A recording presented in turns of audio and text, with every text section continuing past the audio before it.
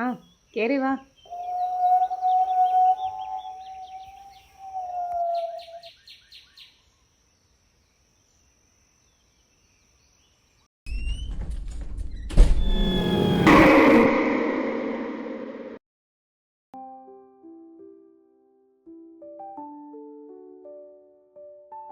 പിന്നെ പറ, യാത്രയൊക്കെ എങ്ങനെ ഉണ്ടായിരുന്നു? എല്ലാം ഓക്കെ ആയിരുന്നു. പിന്നെ ഞാൻ വിചാരിച്ചു ചേച്ചി സ്റ്റാൻഡിൽ കാണുമെന്ന്.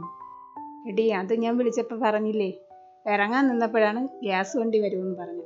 അതാ ഞാൻ നിന്നോട് ഓട്ടോ വിളിച്ച് വരാൻ പറഞ്ഞേ. ആ, ഇതിൽ അലാറൊക്കെ കേൾക്കോ? ആദ്യമായിട്ടാ. അയ്യോ, സംസാരിച്ചിരുന്ന് മറന്നുപോയി. നിനക്ക് കുടിക്കാൻ എടുക്കാം. ഓക്കെ ചേച്ചി.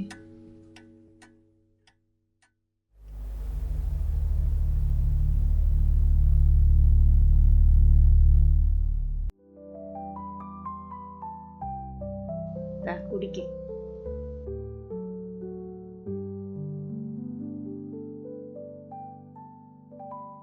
നീ പോയി ഫ്രഷ് ആയിട്ട് വാ, ഞാൻ ഫുഡ് എടുത്ത് വയ്ക്കാം.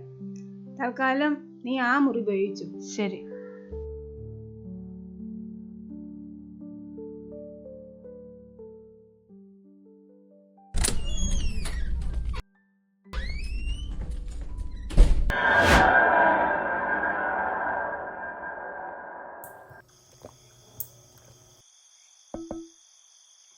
എടി, ഇളയമ്മയ്ക്ക് ഇപ്പം എങ്ങനെയുണ്ട്?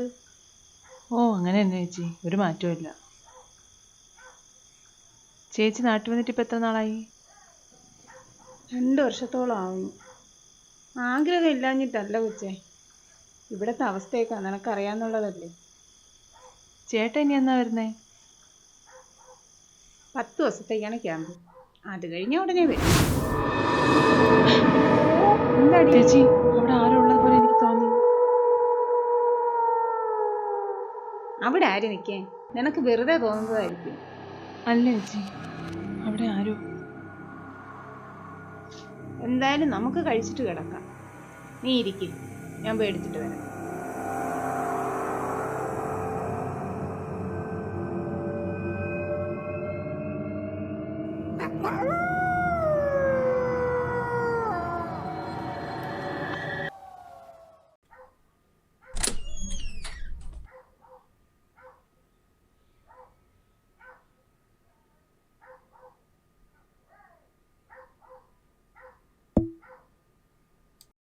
ബാഗ് എടുത്ത് അലമാരയിൽ വെക്ക്.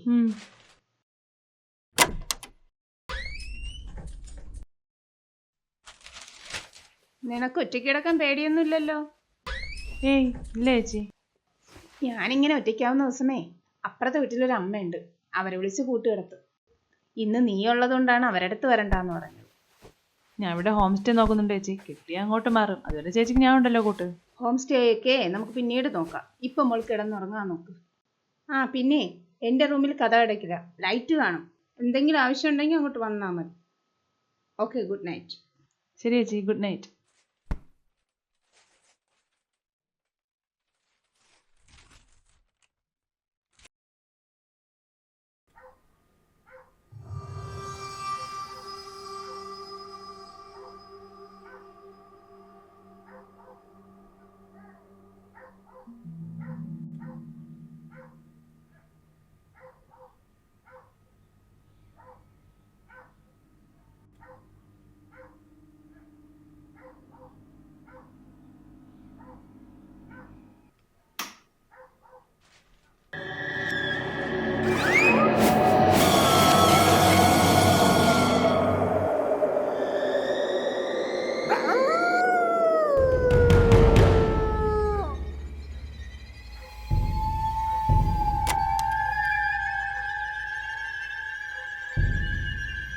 ചേച്ചി, ചേച്ചി, ചേച്ചി, റൂമിൻ്റെ അവിടെ ഒരു കൊച്ച് പാവ കുഞ്ഞ്.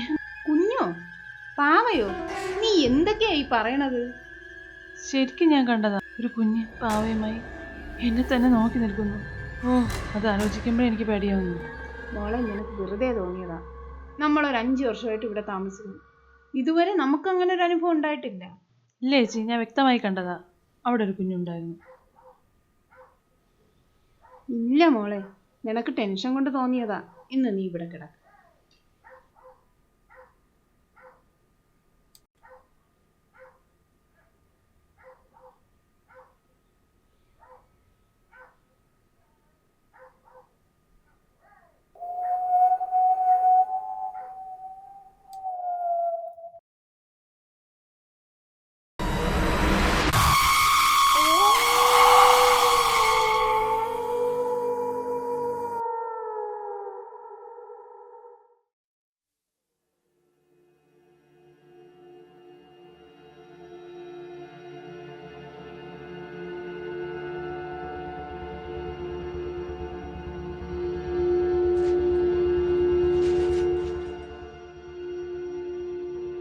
കുടിക്ക്. ചേച്ചി, ശരിക്കും ഈ വീട്ടിൽ എന്തെങ്കിലും പ്രശ്നമുണ്ടോ? നീ ഇത് വിട്ടില്ലേ? ഇതൊക്കെ നിന്റെ വെറും തോന്നലുകളാണ്.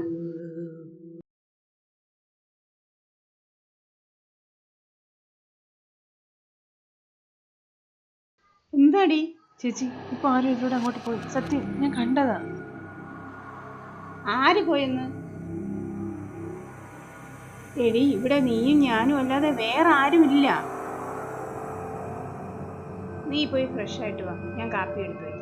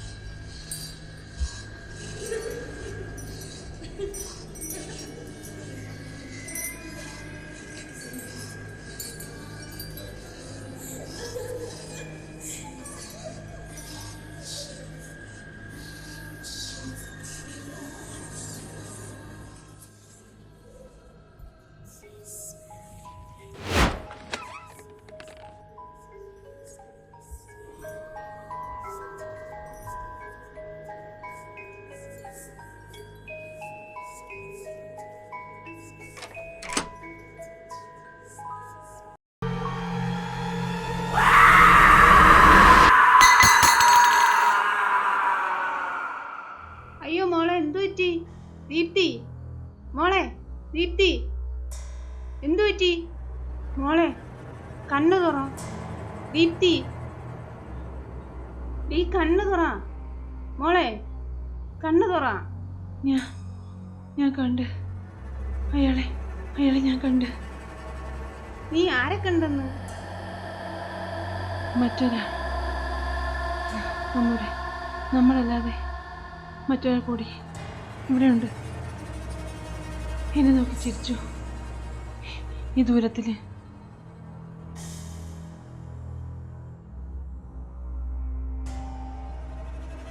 ചേച്ചി, മറ്റൊരാൾ.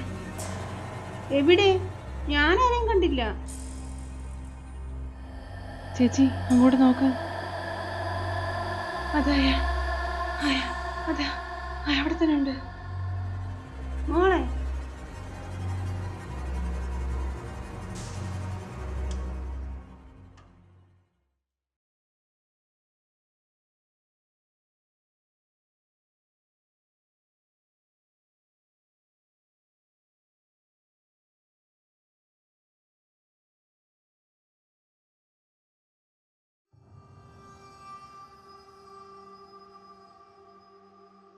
മോള് പേടിക്കണ്ട. എല്ലാം നിനക്ക് തോന്നിയതാകാനേ സാധ്യതയുള്ളൂ. ഞാൻ പ്രണവിനെ വിളിച്ച് കാര്യം പറഞ്ഞിട്ടുണ്ട്.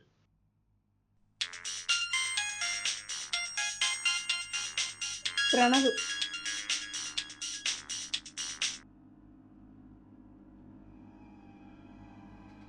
ഹലോ. ശരി. ഇല്ല, ഉം. ഞാൻ ഞാൻ ഓക്കെയാണ്. ഉം. ഉം. ഉം. ഉം. ശരി. ഓക്കെ. ഉം. ഉം.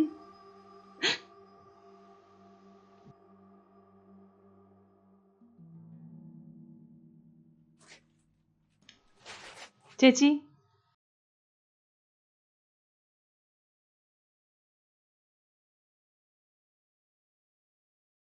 ചേച്ചി, ചേട്ടൻ്റെ ഒരു ഫ്രണ്ട് വരുമെന്ന് പറഞ്ഞിട്ടുണ്ട്. ആളൊരു ഡോക്ടറാണ്. ആ വന്നോട്ടെ. ഇപ്പൊ ഇവിടെ ഒരു ഡോക്ടറിന്റെ സേവനമാണ് ആവശ്യം. എപ്പോ വരുമെന്നാ പറഞ്ഞേ? ഇന്ന് വൈകിട്ടിനകം വരും. ചേച്ചി ചേച്ചി പുള്ളി ചിലപ്പോൾ ഇവിടെ തങ്ങാൻ സാധ്യതയുണ്ട്. ചേച്ചിക്ക് ബുദ്ധിമുട്ടാകുമോ? എന്ത് ബുദ്ധിമുട്ട്? നല്ല കാര്യമല്ലേ. അല്ല, എന്താ ഡോക്ടറിന്റെ പേര്? ഡോക്ടർ ജയവർദ്ധനൻ. പുസ്തകമൊക്കെ എഴുതുന്ന ഡോക്ടറാണോ? അതെ ചേച്ചി, ആളൊരു പാരാസൈക്കോളജിസ്റ്റാണ്. അദ്ദേഹത്തിൻ്റെ എക്സ്പീരിയൻസ് ആണ് അദ്ദേഹം പുസ്തക രൂപത്തിൽ എഴുതുന്നത്. മിടുക്കനാണ്. ഏതായാലും പുള്ളി വരട്ടെ, നമുക്ക് നോക്കാം.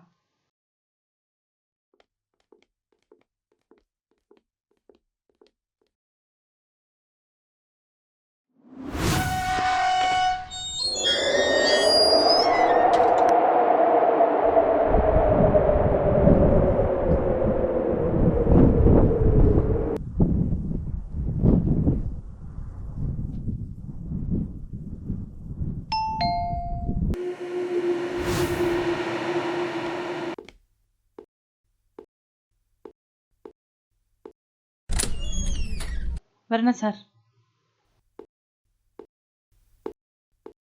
സാർ ഇരിക്കണം.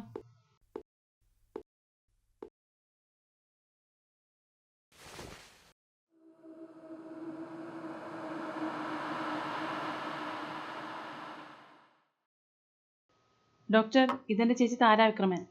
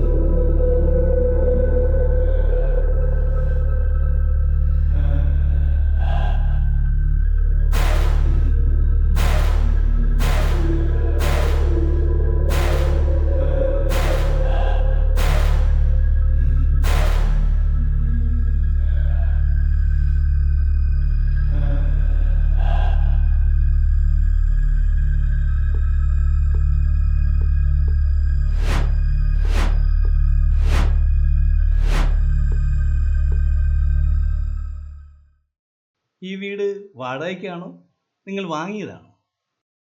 നമ്മൾ ഈ അടുത്ത് വാങ്ങിയതാ. എന്താ ഡോക്ടർ അങ്ങനെ ചോദിച്ചത്? ഒന്നുമില്ല, എനിക്ക് ഇതിൻ്റെ മുൻപുള്ള ഉടമസ്ഥനെ ഒന്ന് കാണാൻ പറ്റും. പുള്ളിയുടെ അഡ്രസ് ഉണ്ട്, ഞാൻ എടുത്തുതരാം.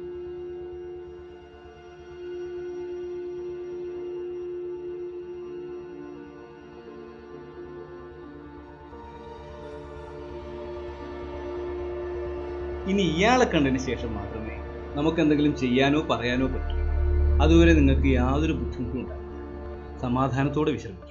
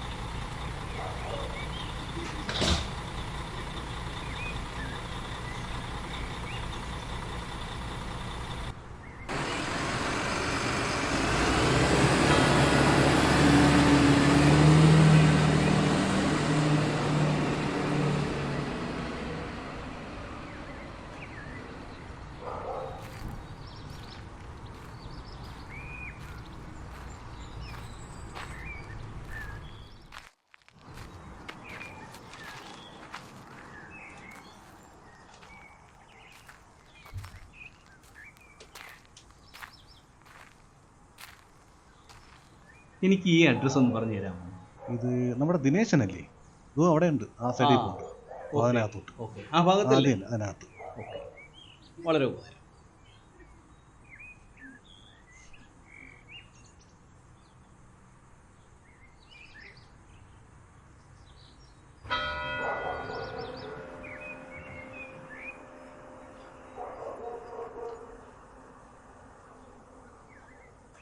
ഈ ദിനേശൻ ആരാ?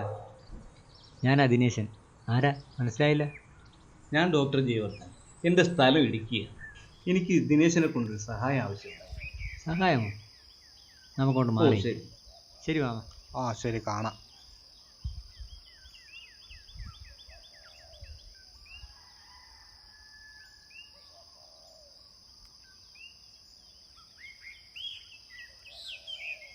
സാർ, എന്ത് സഹായമാണ് ഞാൻ ചെയ്തു തരേണ്ടത്? സഹായമല്ല, എനിക്ക് കുറച്ച് കാര്യങ്ങൾ അറിയാനുണ്ട്. ടൗണിൽ നിന്ന് മാറി നിങ്ങൾ ഈയിടെ കൊടുത്തൊരു വീടില്ലേ, അതിനെക്കുറിച്ച് അറിയാം. അതോ, അതിപ്പോൾ ഒരു 5 കൊല്ലമായി കൊടുത്തിട്ട്. ഒരു പോലീസുകാരനാണ് വാങ്ങിയത്. ആ പ്രോപ്പർട്ടി നിങ്ങളുടേതാണോ? ഐ മീൻ, അത് പരമ്പരാഗതമായി നിങ്ങളുടെ സ്വത്തായിരുന്നു? അല്ല, 12 കൊല്ലം മുന്നേ പുളിമൂട്ടിലുള്ള ഭരതൻപിള്ളയുടെ കയ്യിൽ നിന്നാണ് ഞാനത് വാങ്ങിയത്. കുറച്ചു നാൾ ഞാൻ വാടകയ്ക്ക് കൊടുത്തു. അപ്പോഴാണ് പോലീസുകാരൻ വന്നത്. പിന്നെ അദ്ദേഹത്തിന് കൊടുത്തു ഞാൻ. എനിക്ക് ആ ഭരതൻപിള്ളയുടെ അഡ്രസ്സ് ഒന്ന് തരാൻ പറ്റുമോ? വീട്ടിൽ കാണും. സാറ് നമ്പർ എന്നാൽ ഞാൻ വിളിച്ചു പറയാം. ഇതാണ് എൻ്റെ കാർഡ്. ഈ നമ്പറിൽ വിളിച്ചാൽ മതി.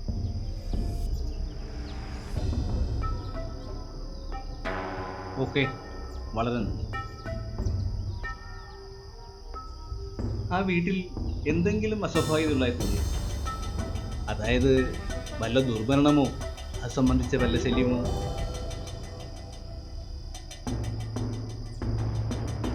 അങ്ങനെ ഉണ്ടോയെന്നറിയില്ല. എനിക്ക് നല്ല ലാഭത്തിന് കിട്ടിയപ്പോൾ ഞാൻ വാങ്ങിയതാണ്. പിന്നെ അവിടെ താമസിച്ചവരാരും ഇതുവരെ അതിനെപ്പറ്റിയൊന്നും പറഞ്ഞിട്ടുമില്ല. ശരി, ഓക്കെ. ശരി സാർ, ഓക്കെ.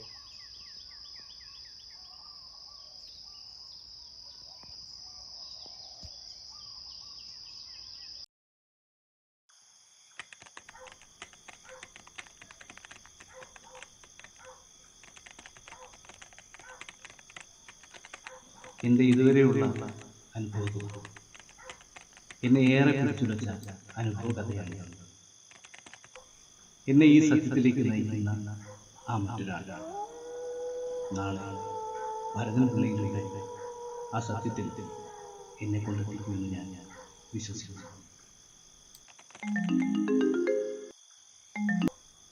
ഹലോ ദിനേശ, ആ പറയൂ.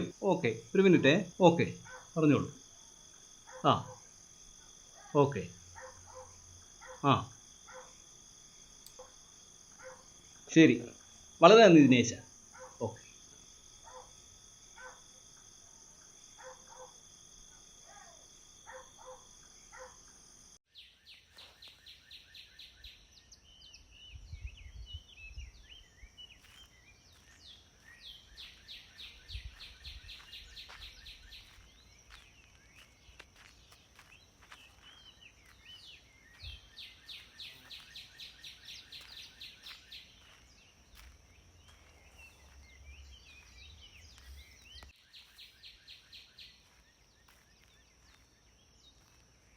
ഹലോ, ഇവിടെ ആരുമില്ലേ? ഹലോ, ആരുമില്ലേ?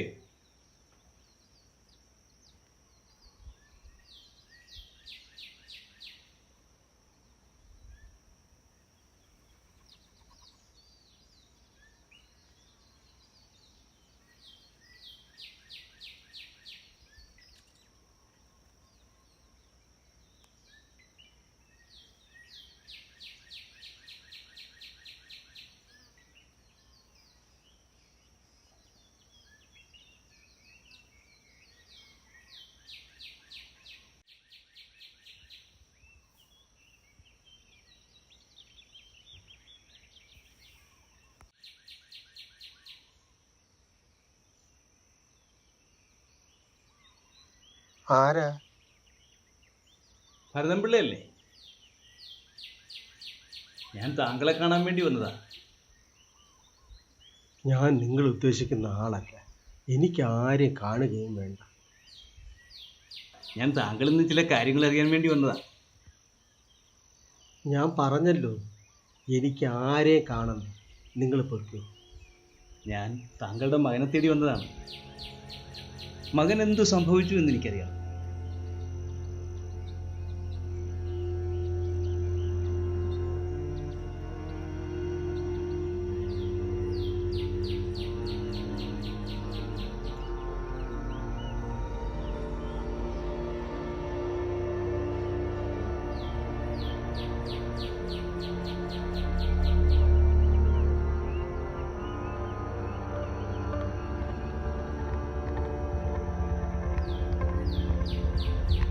ഞാൻ നിങ്ങളുടെ മകൻ്റെ അടുത്തു നിന്നാണ് വരുന്നത്.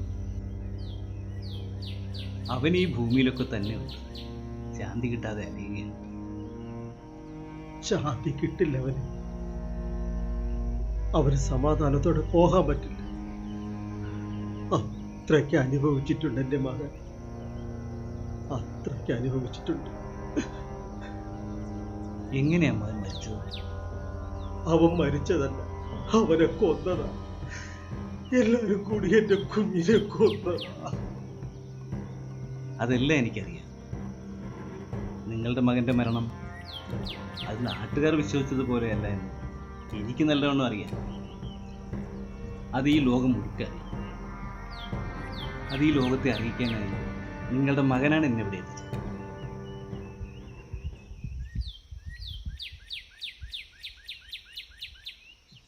രണ്ടായിരത്തി ഒന്നിലാണെന്ന് തോന്നുന്നു മകന് ഒരു ഇൻഷുറൻസ് കമ്പനിയിൽ അസിസ്റ്റന്റ് മാനേജറായിട്ട് ജോലി കിട്ടും.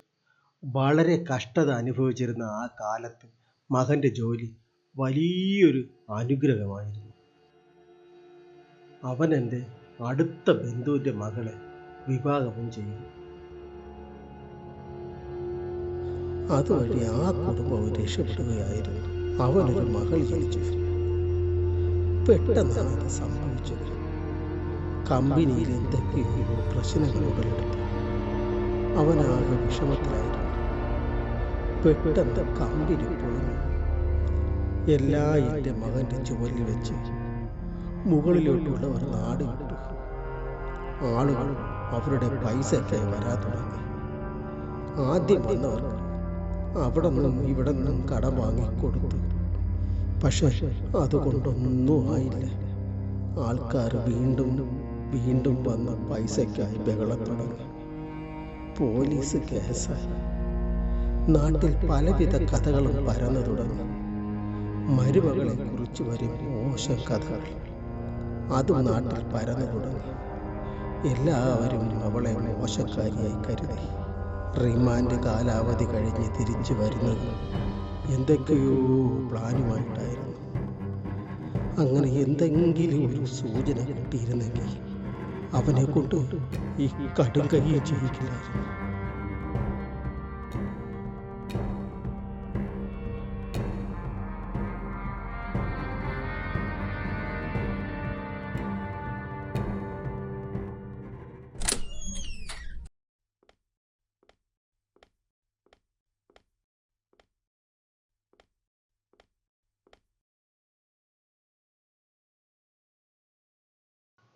ഡോക്ടർ എന്താ ഉണ്ടായേ?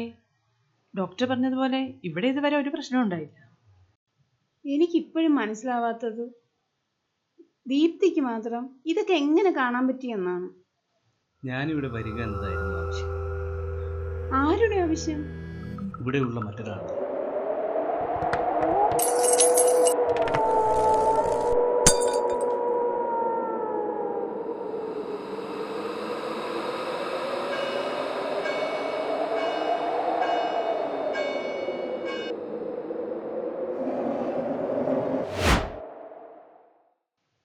മറ്റൊരാളോ? അപ്പൊ ശരിക്കും അങ്ങനെ ഒരാളുണ്ടോ ഇവിടെ? അതെ, അവരെല്ലാം കാണുന്നുണ്ട്, കേൾക്കുന്നുണ്ട്. എന്നെ ഇവിടെ എത്തിക്കാൻ ദീപ്തിയിലൂടെ മാത്രമേ സാധിക്കൂ എന്ന് അവർക്കറിയാം. അതുകൊണ്ടാണ് ദീപ്തിയെ മാത്രം. ഇപ്പൊ എല്ലാം മനസ്സിലായി. ഡോക്ടറിലൂടെ സത്യം പുറത്തു കൊണ്ടുവരാൻ പറ്റുമെന്ന് അവർക്കറിയാം.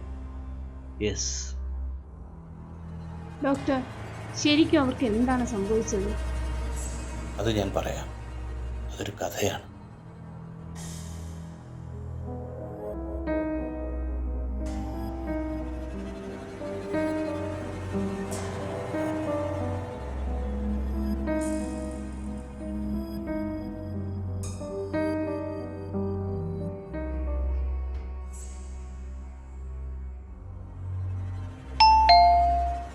കയറി വരണം.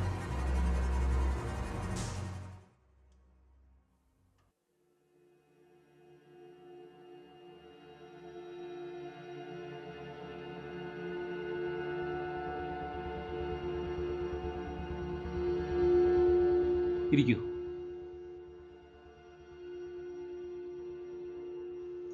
ഇത് ഭരതൻ പിള്ള, ഇവിടെയുള്ള മറ്റൊരാളുടെ അച്ഛൻ. സാർ, എനിക്കെൻ്റെ മോനെ ഒന്ന് കാണാൻ പറ്റും? കാണാം, കാണണം.